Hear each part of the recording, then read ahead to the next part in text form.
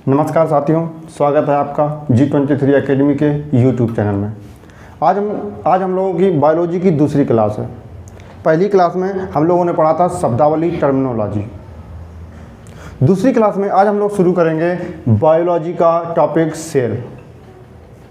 तो सेल को शुरू करने से पहले हम जानेंगे कि बायोलॉजी क्या है, बायोलॉजी की कौन कौन सी ब्रांच हैं, बायोलॉजी में किसका अध्ययन करते हैं, बायोलॉजी के जनक कौन हैं और बायोलॉजी जो है इसका नामकरण किसने किया था। तो सबसे पहले हम हेडिंग डालते हैं बायोलॉजी। बायोलॉजी कल की क्लास में आपने देखा होगा कि हमने एक शब्द की चर्चा की थी, लॉजी। और लॉजी का मतलब क्या बताया था? लॉजी का मतलब बताया था हमने आपको कि लॉजी अगर शब्द कहीं आ रहा है तो उसका संबंध हमेशा अध्ययन से होता है। लॉजी का संबंध हमेशा किससे होता है बेटा? अध्ययन से होता है। तो यहाँ पर अगर शब्द लॉजी आ रहा है तो एक बात तो आपको समझ में आ गई होगी कि यहाँ कहीं कहीं यहाँ अध्ययन की बात करेगा, है ना। लॉजी से पहले एक शब्द जुड़ा है बायो, और इस बायो का मतलब होता है बेटा सजीव। बायो का मतलब क्या होता है? सजीव। तो बायोलॉजी से क्या बन गया? बायोलॉजी से बन गया सजीव का अध्ययन, यानी एक ऐसी ब्रांच, विज्ञान की एक ऐसी शाखा, the branch of science in which we study about life called biology.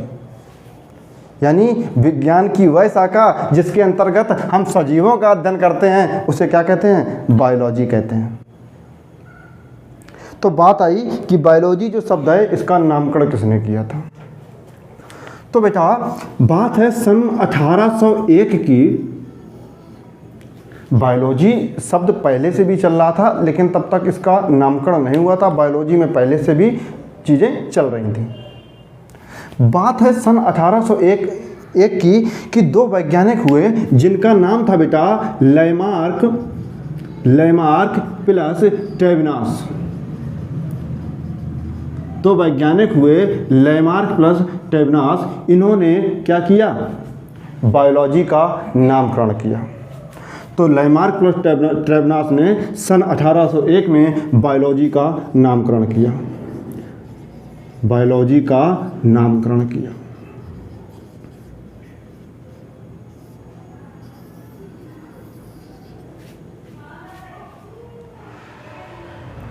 क्या देखा हमने? बायोलॉजी मीन्स सजीव का अध्ययन। उसके बाद सन 1801 में लैमार्क और टेबनास ने बायोलॉजी का नामकरण किया। बात आती है कि बायोलॉजी जो शब्द है इसके जनक कौन है। बायोलॉजी जो है, बायोलॉजी के जनक कौन है? तो बायोलॉजी के जनक जो हैं वो हैं अरस्तु। बायोलॉजी के जनक हैं अरस्तु, इंग्लिश में बोलते हैं एरिस्टोटल। बायोलॉजी के जो जनक हैं वो हैं अरस्तु, और बायोलॉजी का जो नामकरण किया था वो किया था लैमार्क और टेबनास ने। बेटा जो बायोलॉजी है, बायोलॉजी की दो ब्रांचेस हैं। बायोलॉजी की दो ब्रांचेस हैं और उसकी एक ब्रांच का नाम है जूलॉजी और दूसरी ब्रांच का नाम है बॉटनी। जूलॉजी जो होता है बेटा, इसमें हम लोग अध्ययन करते हैं जंतु का। जूलॉजी जो होता है इसमें हम लोग अध्ययन करते हैं जंतु का। और जो बॉटनी होती है, बॉटनी में हम लोग अध्ययन करते हैं किसका? पादप का। बॉटनी में जो हम लोग अध्ययन करते हैं वो करते हैं पादप का।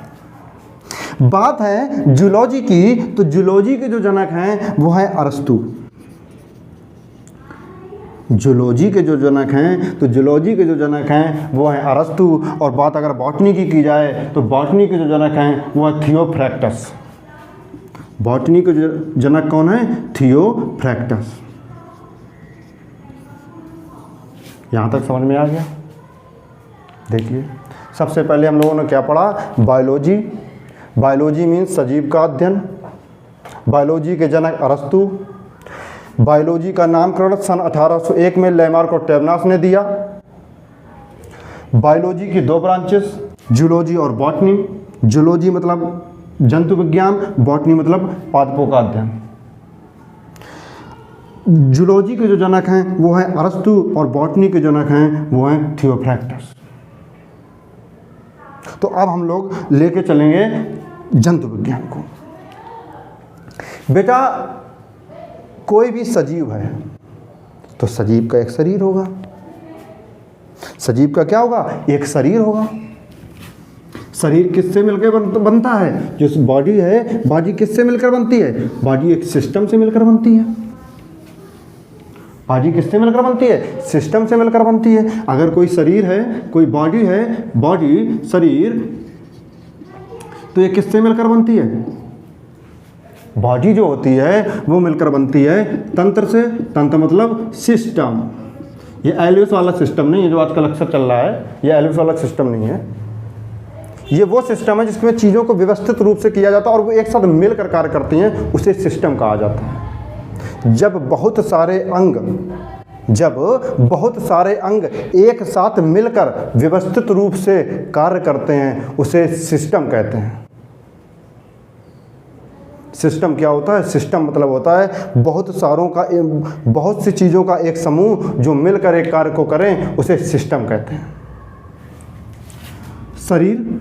शरीर मिलकर बनता है बेटा किससे? तंत्र से। हमने अभी आपको बताया तंत्र किसको कहते हैं? बहुत सारे अंग मिलकर एक साथ कार्य करते हैं उसको तंत्र कहते हैं। यानी सिस्टम जो होता है किससे मिलकर बनता है? अंग से।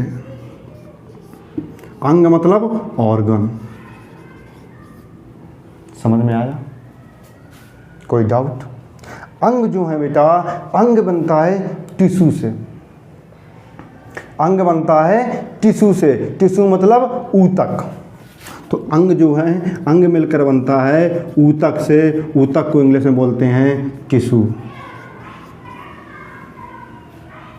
और जो टिश्यू है, टिश्यू मिलकर बनता है सेल से यानी कोशिका से। टिश्यू किससे मिलकर बनता है? कोशिका से मिलकर बनता है, सेल से मिलकर बनता है, तो यानी कोशिका। बस हमें इतना ही पढ़ना है। क्या पढ़ना है? सबसे पहले हम लोग सेल के बारे में पढ़ेंगे, उसके बाद ऊतक के बारे में पढ़ेंगे, उसके बाद अंग के बारे में पढ़ेंगे, फिर तंत्र के बारे में पढ़ेंगे, उसके बाद पूरा बॉडी सिस्टम कंप्लीट हो जाएगा।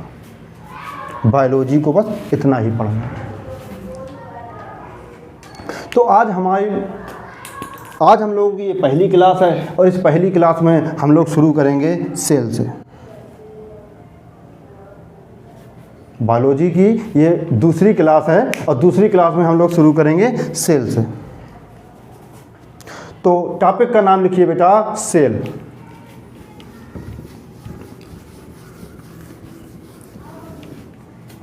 टॉपिक का नाम है आपका कोशिका। कोशिका मतलब सेल।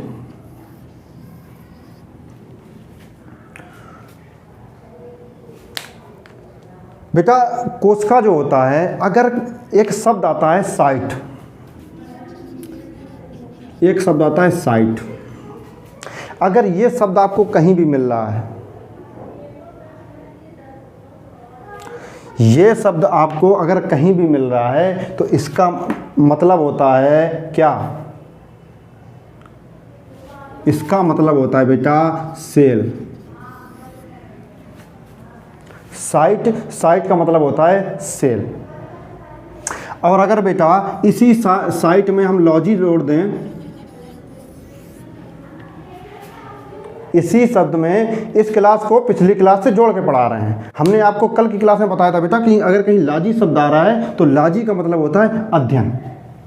और अगर अभी हमने आपको बताया साइट, और साइट का मतलब होता है कोशिका।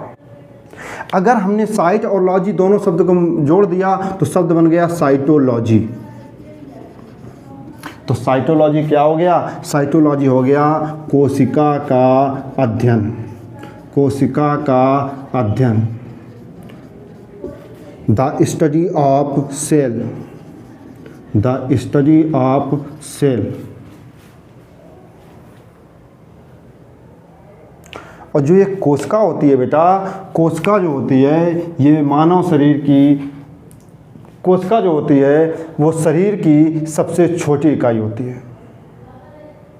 कोशिका जो होती है शरीर की सबसे छोटी इकाई होती है। कोशिका क्या होती है? सबसे छोटी इकाई होती है। अब बात आएगी कोशिका की खोज किसने की, कब की। कोशिका होती है तो कोशिका के भी कुछ अंग होते हैं। तो बात है बेटा सन 1665 ईस्वी की। बात कब की है? सन 1665 ईस्वी के। एक वैज्ञानिक हुए बेटा रॉबर्ट हुक। रॉबर्ट हुक 1665 की बात है। रॉबर्ट हुक ने क्या किया कि सबसे पहले इन्होंने इसको, जो कोशिका है, कोशिका को इन्होंने पादपों में देखा था। कोशिका को सबसे पहले अगर कहीं देखा गया था वो पादप में देखा गया था। तो कोशिका का सबसे पहले कोशिका को किसने देखा था? रॉबर्ट हुक ने देखा था। कब देखा था? 1665 में देखा था। इस प्रकार से, और आपको भी पता है, जो व्यक्ति किसी चीज को सबसे पहले देखता है उसे उसका फादर कहते हैं। जो व्यक्ति किसी चीज की खोज करता है, सबसे पहले देखता है, उसे उसका फादर कहते हैं। कोशिका को सबसे पहले किसने देखा? कोशिका को सबसे पहले देखा रॉबर्ट हुक ने। तो आपसे अगर पूछा जाएगा कि कोशिका के जनक कौन है, कोशिका के पिता कौन है, तो आप कहेंगे क्या? Robert Hooke. रॉबर्ट हुक, यानी इनको क्या कहते हैं? फादर ऑफ सेल, कोशिका का जनक, कोशिका का जनक। जैसे आपको पता ही है, कोचिंग की टैगलाइन है कि आपको याद नहीं करना है, आपको समझना है। याद कराने की सारी गारंटी आपको यहीं कोचिंग में ही मिलेगी। तो इन शब्द को ऐसे याद करना है। याद तो आप बुक से भी कर सकते थे, फिर हमारे पढ़ाने का तरीका क्या हुआ? तो आपको कुछ ऐसी ट्रिक बताई जाएंगी जिससे इन चीज़ों को आप बहुत आसानी से याद कर सकें। आप बताइए बेटा, बहुत अगर कोई छोटी सी चीज़ है, आपके कान में अगर एक कोई राई का दाना चला गया है, तो आप उसको कैसे निकालेंगे? बहुत छोटी सी चीज़ है। यहाँ एक अगर आपके यहाँ पर कोई छोटा सा बाल है, उसको कैसे निकालते हैं? हुक से निकालते हैं। बहुत छोटी सी चीज़ को पकड़ने के लिए किसकी आवश्यकता पड़ती है? हुक की आवश्यकता पड़ती है। और हमने अभी आपको बताया कि शरीर की सबसे छोटी इकाई क्या होती है बेटा? सेल होती है। और सेल को पकड़ने के लिए किसकी आवश्यकता होगी? हुक की आवश्यकता होगी। तो अगर आपसे पूछा जाएगा कि कोशिका की खोज किसने की थी, तो कोशिका की खोज की थी रॉबर्ट हुक ने। बेटा लेकिन क्या हुआ था, जो रॉबर्ट हुक ने जिस कोशिका की सेल की थी, वो कोशिका जीवित कोशिका नहीं थी, वो मृत कोशिका थी। तो क्वेश्चन बना, सर अगर मृत कोशिका की खोज रॉबर्ट हुक ने की थी, तो जीवित कोशिका की खोज किसने की थी? बनता है ना कि जीवित कोशिका की खोज अगर रॉबर्ट हुक ने नहीं की थी तो किसने की थी? तो बेटा सबसे पहले रॉबर्ट हुक ने जो की थी वो मृत कोशिका की खोज की थी। किसकी की थी? मृत कोशिका की खोज। मृत कोशिका की खोज। और बेटा जो मृत कोशिका होती है उसको कहा जाता है नेफ्रोसिस। जो मृत कोशिका होती है उसको कहा जाता है नेफ्रोसिस।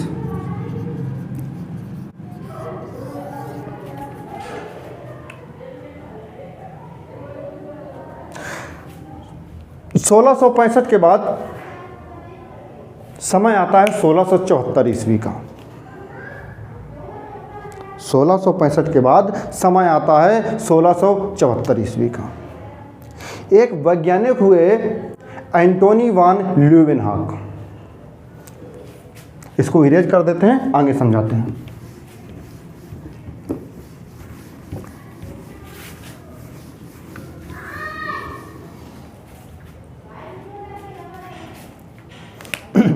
बात है 1674 ईस्वी की।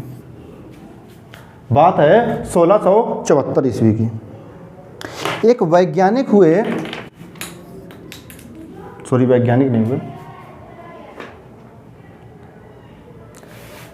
वैज्ञानिक ही थे। असल में अभी तक आप वैज्ञानिक समझते थे जो लोग इलेक्ट्रॉनिक्स पर काम कर रहे हैं, ऐसा नहीं होता है। बात है 1674 की। एक व्यक्ति हुए जिनका नाम था Antony van Leeuwenhoek. Antony van Leeuwenhoek. इन्होंने क्या किया? जीवित कोशिका की खोज की।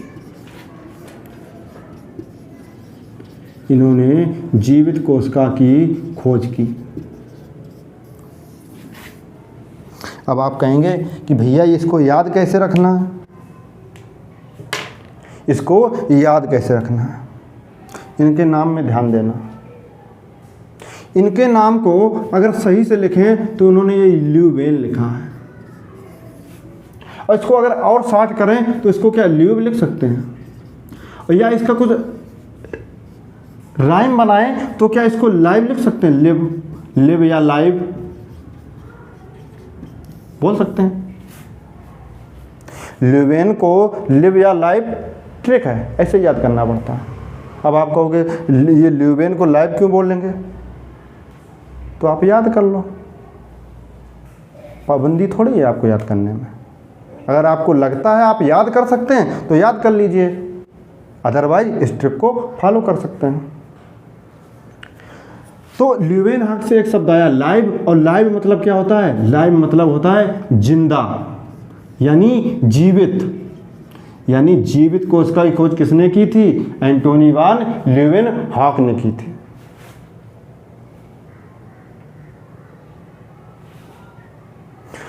जब इन्होंने जीवित कोशिका की खोज की तो इन्हें कहा जाने लगा father of bacteriology. Antonie van Leeuwenhoek को क्या कहा जाता है? Father of bacteriology.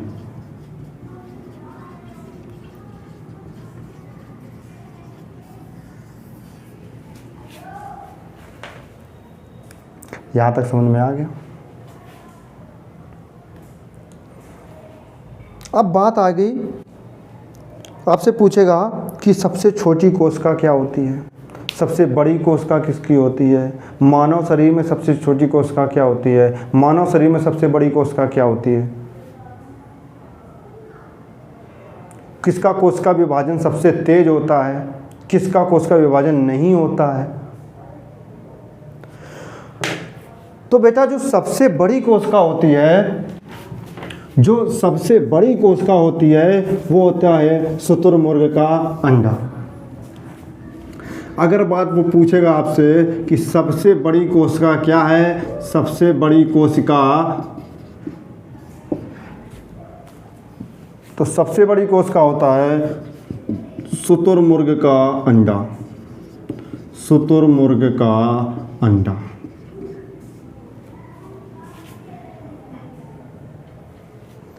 आपसे बताया था, आपको याद नहीं करना है, ट्रिक बताई जाएंगी।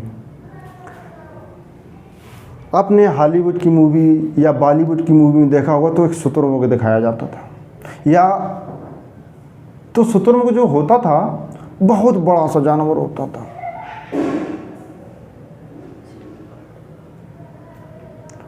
पक्षी जो होता था बहुत बड़ा होता था। जो बड़ा होगा उसकी कोशिका भी तो सबसे बड़ी होगी। जो पक्षी बड़ा है उसकी कोशिका भी तो बड़ी होगी। तो सबसे बड़ी कोशिका किसकी होगी? शुतुरमुर्ग का अंडा हो गया। बात आ गई सबसे छोटी कोशिका। सबसे छोटी कोशिका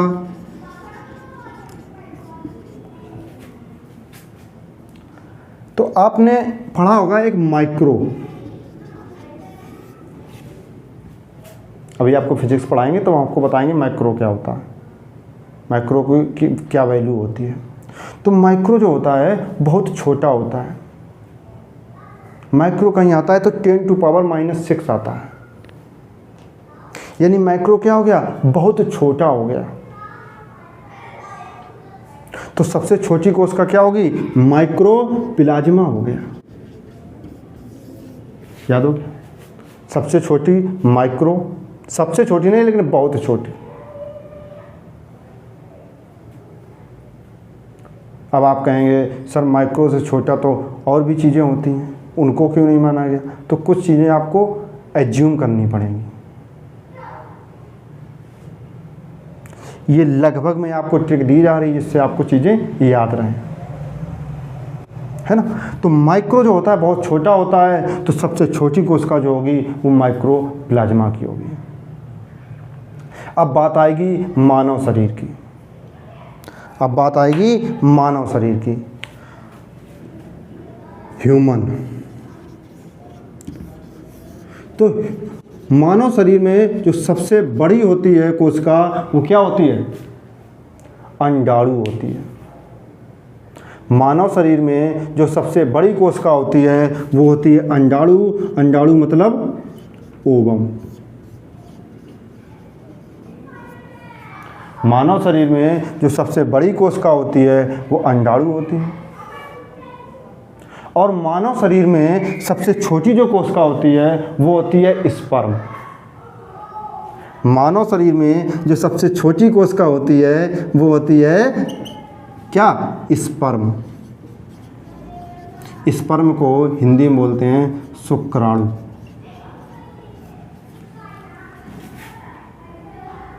अब बात आएगी मानव शरीर में सबसे लंबी कोशिका। तो मानव शरीर में जो सबसे लंबी कोशिका होती है वो होती है न्यूरॉन। मानव शरीर में सबसे लंबी जो कोशिका होती है यानी लॉन्गेस्ट, ये लार्जेस्ट, स्मॉलेस्ट, लॉन्गेस्ट। तो लॉन्गेस्ट जो होती है वो होती है न्यूरॉन यानी तंत्रिका।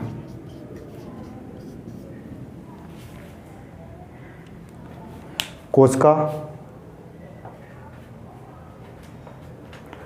कोशिका की जो स्टडी की जाती है वो साइटोलॉजी में की जाती है।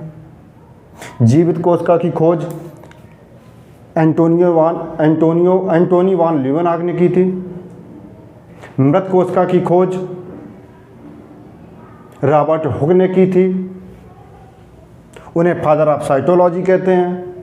एंटोनी वान ल्यूवेनहॉक को फादर ऑफ बैक्टीरियोलॉजी कहते हैं। जीवित कोशिका की सबसे पहले खोज 1674 ईस्वी में हुई थी। सबसे पहली कोशिका की खोज 1665 ईस्वी में हुई थी जिसको रॉबर्ट हुक ने खोजा था। वह एक मृत कोशिका थी।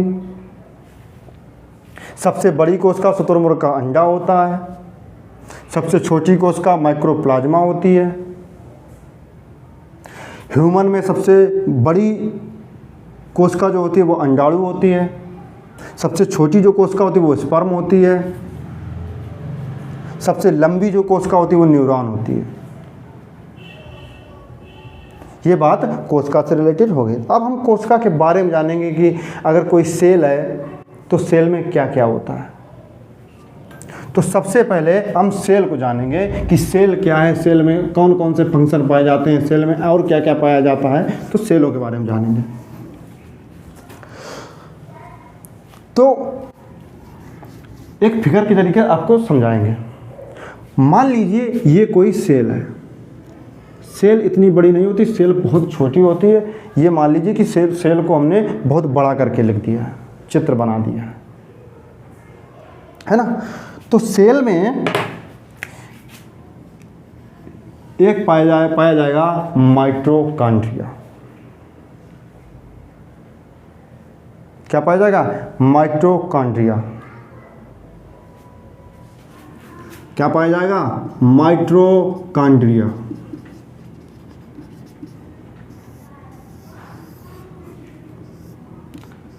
यहाँ से क्वेश्चन पूछेगा आपसे कि माइटोकॉन्ड्रिया की खोज किसने की थी। तो माइटोकॉन्ड्रिया की खोज बेटा अल्टमैन ने की थी। माइटोकॉन्ड्रिया की खोज अल्टमैन ने की थी। अल्टमैन ने। और माइटोकॉन्ड्रिया में बेटा ऑक्सीश्वसन पाया जाता है।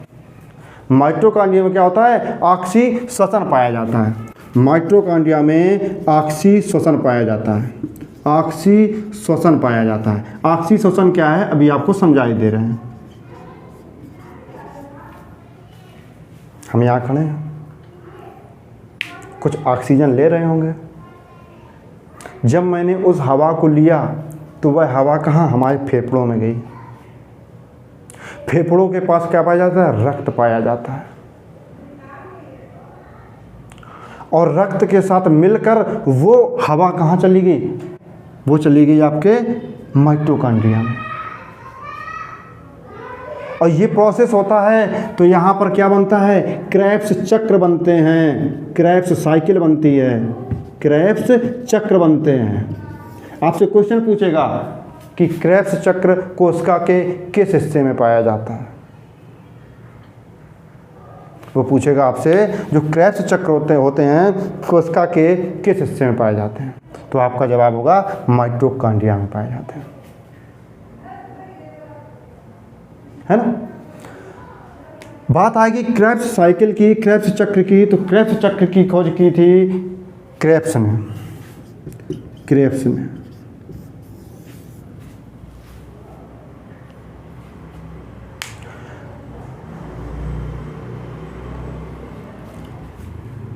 जब ये क्रेब्स चक्र बनते हैं तो क्रेब्स चक्र से बेटा क्या होता है? क्रेब्स चक्र से ऊर्जा बनती है। अभी तक आपने सुना होगा, याद किया होगा क्या कि माइटोकॉन्ड्रिया को शक्ति गृह कहते हैं, ऊर्जा घर कहते हैं, कोशिका का शक्ति गृह कहते हैं, कोशिका को ऊर्जा घर कहते हैं। अब आपको हम पूरी प्रोसेस समझा रहे हैं क्यों कहते हैं। याद नहीं करना, समझना है। तो जब क्रेब्स चक्र होते हैं तो क्रेब्स चक्र से क्या बेटा? ऊर्जा बनती है। किस फॉर्म में बनती है? एटीपी फॉर्म में बनती है। और 38 एटीपी बनाता है एक ग्लूकोज। एक ग्लूकोज मतलब 4.2 किलो कैलोरी ऊर्जा। एक यहां पर क्या? 38 एटीपी इज इक्वल टू एक ग्लूकोज। और एक ग्लूकोज कितनी ऊर्जा देता है? 4.2 किलो कैलोरी ऊर्जा देता है। आपको पता है एक स्वस्थ व्यक्ति को पूरे दिन में जो कार्य करने के लिए ऊर्जा की आवश्यकता पड़ती है वो लगभग 2500 किलो कैलोरी की आवश्यकता पड़ती है। दिन भर काम करने के लिए एक स्वस्थ व्यक्ति को 2500 किलो कैलोरी की आवश्यकता पड़ती है। हमने अभी आपको क्या बताया? माइटोकॉन्ड्रिया। माइटोकॉन्ड्रिया की खोज किसने की? अल्टमैन ने की।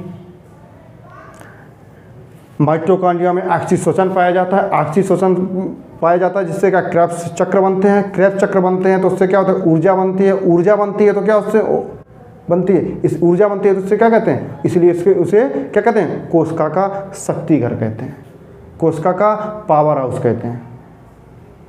इसीलिए माइटोकॉन्ड्रिया को क्या कहते हैं? कोशिका का पावर हाउस। कोशिका का पावर हाउस। कोई डाउट? यहाँ तक समझ में आया? बेटा जो माइटोकॉन्ड्रिया है, जो माइटोकॉन्ड्रिया है तो माइटोकॉन्ड्रिया की आंतरिक जो दीवारें होती हैं इनको क्रिस्टी कहते हैं।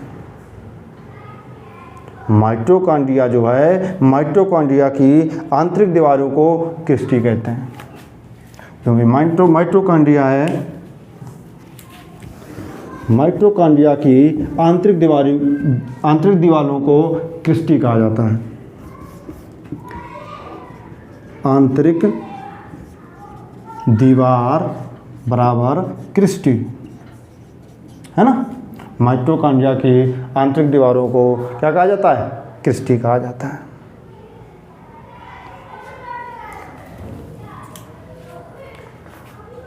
अभी हमने देखा बेटा कि माइटोकॉन्ड्रिया जो है यहाँ पर ऊर्जा का निर्माण होता है। अगर ऊर्जा का निर्माण होता है तो पूरे शरीर को ऊर्जा की आवश्यकता भी तो पड़ेगी। हम आपको पढ़ा रहे हैं, हमें बोलने की आवश्यकता है, यानी हमारे जीव को बराबर ऊर्जा चाहिए। तो इसकी सप्लाई के लिए, इसके परिवहन करने के लिए कोई एक अंग होगा कि नहीं होगा? तो जो ऊर्जा का परिवहन करता है, ऊर्जा का परिवहन करता है गोल्जी बॉडी। आगे क्या हेडिंग पड़ेगी? Golgi body.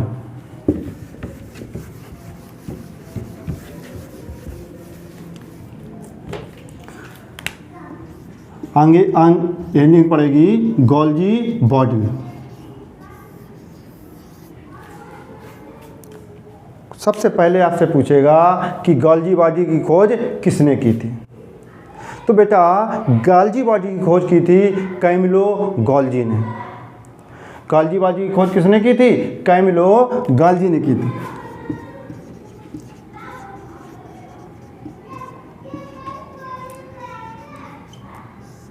गोल्जी बॉडी की जो खोज की थी वो की थी कैमिलो गोल्जी ने। गोल्जी बॉडी का क्या कार्य होता है? अभी हमने आपको बताया कि माइटोकॉन्ड्रिया में ऊर्जा का निर्माण हुआ। अब इस ऊर्जा को पूरे शरीर में क्या करना है? परिवहन करना है। तो गोल्जी बॉडी का कार्य क्या हो गया? गोल्जी बॉडी का क्या कार्य हो गया? यातायात में सहायता प्रदान करना, यानी यातायात में सहायक। जो ऊर्जा होती है, ऊर्जा को ये क्या करता है? ट्रांसपोर्ट करता है ना। अब बात है बेटा एंडिकुलम एंडोप्लाज्मिक रेटिकुलर। एंडोप्लाज्मिक रेटिकुलम,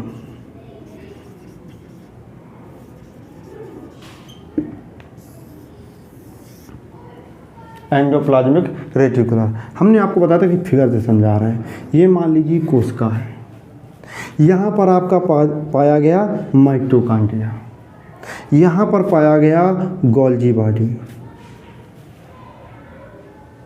बेटा आप ही बताइए, अगर ये सेल है तो अगर कोई चीज़ है उसको कड़क रखना है तो उसे सपोर्ट की आवश्यकता पड़ेगी ना। आपका शरीर है, हमारा शरीर है, ये शरीर ऐसा खड़ा है तो इसके पीछे किसकी सहायता है? रीढ़ की हड्डी। ये बहुत ज़रूरी है ना। अगर किसी व्यक्ति की रीढ़ की हड्डी तोड़ दोगे तो सही नहीं खड़ा हो पाएगा। इसी प्रकार सेल को अगर सही सलामत रहना है तो इसे भी एक कंकाल तत्व की आवश्यकता पड़ेगी कि नहीं पड़ेगी? तो जो एंडोप्लाज्मिक रेटिकुलर है वो यहाँ पाया जाता है। इसको बोलते हैं बेटा एंडोप्लाज्मिक रेटिकुलर। Endoplasmic reticular.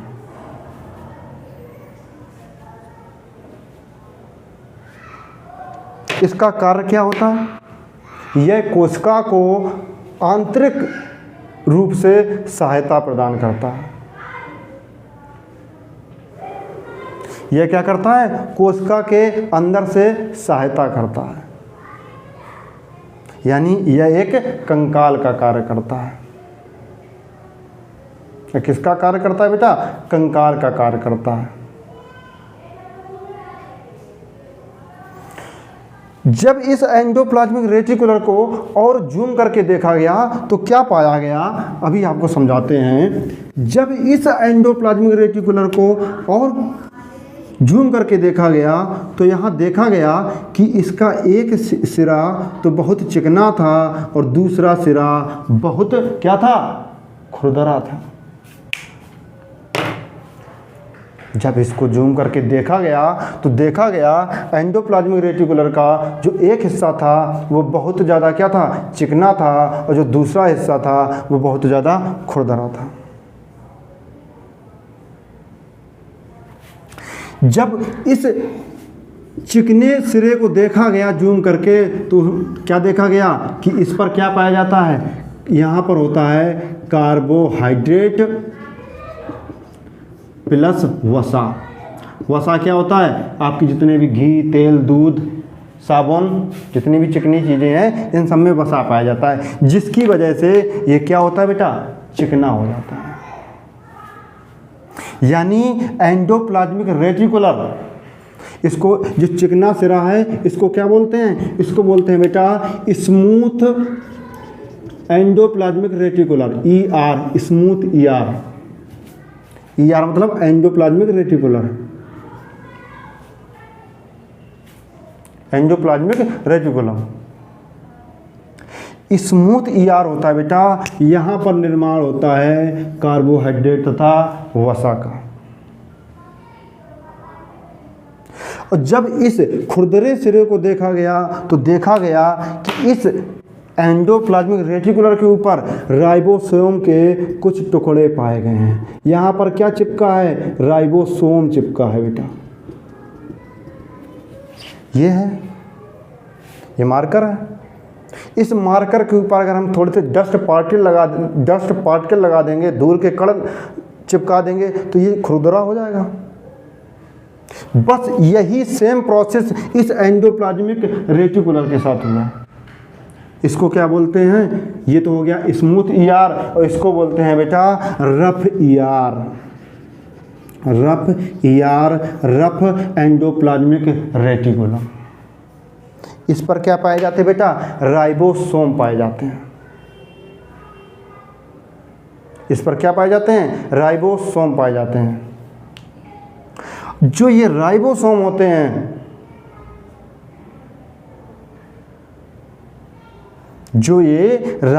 होते हैं, यह कोशिका के अंदर का सबसे छोटा अंग होता है। इस पर क्या पाए जाते हैं बेटा? इस पर पाए जाते हैं राइबोसोम, और जो राइबोसोम होता है ये कोशिका के अंदर का सबसे छोटा भाग होता है, सबसे छोटा अंग होता है। राइबोसोम जो होता है, इसको लिख लीजिए। आपसे पूछ सकता है कि कोशिका के अंदर सबसे छोटा अंग क्या होता है, तो आंसर क्या होगा बेटा? राइबोसोम होता है। यानी कोशिका के अंदर सबसे छोटा अंग के अंदर सबसे छोटा अंग,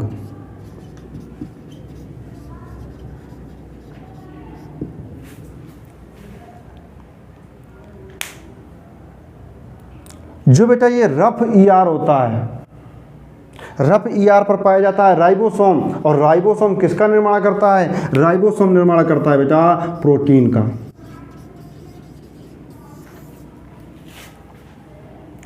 क्या देखा? Endoplasmic reticulum. एंडोप्लाज्मिक रेटिकुलम जो होता है वो कोशिका को आंतरिक सहायता प्रदान करता है। यह एक आंतरिक कंकाल होता है। एंडोप्लाज्मिक रेटिकुलम दो प्रकार का होता है। दो प्रकार का मतलब क्या? एक ही जो एंडोप्लाज्मिक रेटिकुलम होता है उसका एक हिस्सा जो होता है स्मूथ होता है, और जो दूसरा हिस्सा होता है वो रफ होता है। जो बेटा स्मूथ एंडोप्लाज्मिक रेटिकुलम होता है वो स्मूथ इसलिए होता है क्योंकि उस पर पाया जाता है कार्बोहाइड्रेट तथा वसा। आपको पता है कि जो वसा होता है, वसा क्या होता है? घी, तेल, दूध, साबुन, ये चिकनी पदार्थ जितने होते हैं ये वसा होते हैं, जिसके कारण ये क्या हो जाता है? यहाँ पर निर्माण होता है कार्बोहाइड्रेट तथा वसा का, जिससे क्या होता है? ये चिकना हो जाता है। इसी प्रकार एंडोप्लाज्मिक जो रफ एंडोप्लाज्मिक रेटिकुलम होता है उस पर क्या पाया जाता है बेटा? राइबोसोम के छोटे छोटे टुकड़े जो होते हैं वो उस पर चिपके होते हैं, जिसकी वजह से ये क्या हो जाता है? खुरदरा हो जाता है। जो राइबोसोम होता है कोशिका के अंदर सबसे छोटा अंग होता है, और जो राइबोसोम होता है ये क्या जो ये endoplasmic reticulum, rough endoplasmic reticulum होता है, राइबोसोम होता है, ये निर्माण करता है किसका? प्रोटीन का। अब बात बेटा जो है राइबोसोम की, तो राइबोसोम भी दो प्रकार का होता है। एक होता है 70S और दूसरा होता है 80S।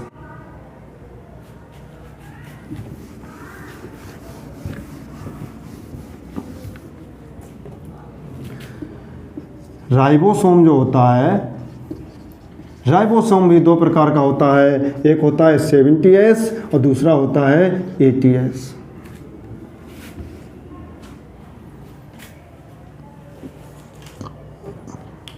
जो 70S राइबोसोम होता है बेटा, ये पाया जाता है बहुत छोटे जीवाणु में, मतलब जिन्हें आप नग्न आंखों से नहीं देख सकते, जिन्हें आप नग्न आंखों से नहीं देख सकते, वहां पर पाया जाता है 70S, और जिसे आप नग्न आंखों से देख सकते हैं उसमें पाया जाता है 80S। जैसे कोरोना वायरस, कोरोना वायरस क्या आप नग्न आंखों से देख सकते थे? नहीं, क्योंकि बेटा कोरोना वायरस को आप नग्न आंखों से नहीं देख सकते थे, आप कोरोना वायरस से पीड़ित व्यक्ति को आंखों से देखते थे।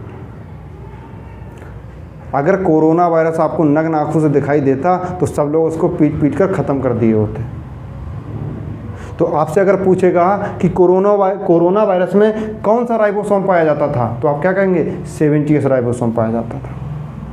जो हम हैं, आप हैं, जीव जंतु हैं, पेड़ पौधे हैं, इनमें कौन सा राइबोसोम पाया जाता है?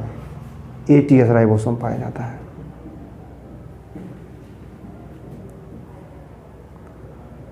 यहाँ तक समझ में आ गया? अगली क्लास में इसके आगे से पढ़ेंगे। Thanks a lot. Like, share, subscribe.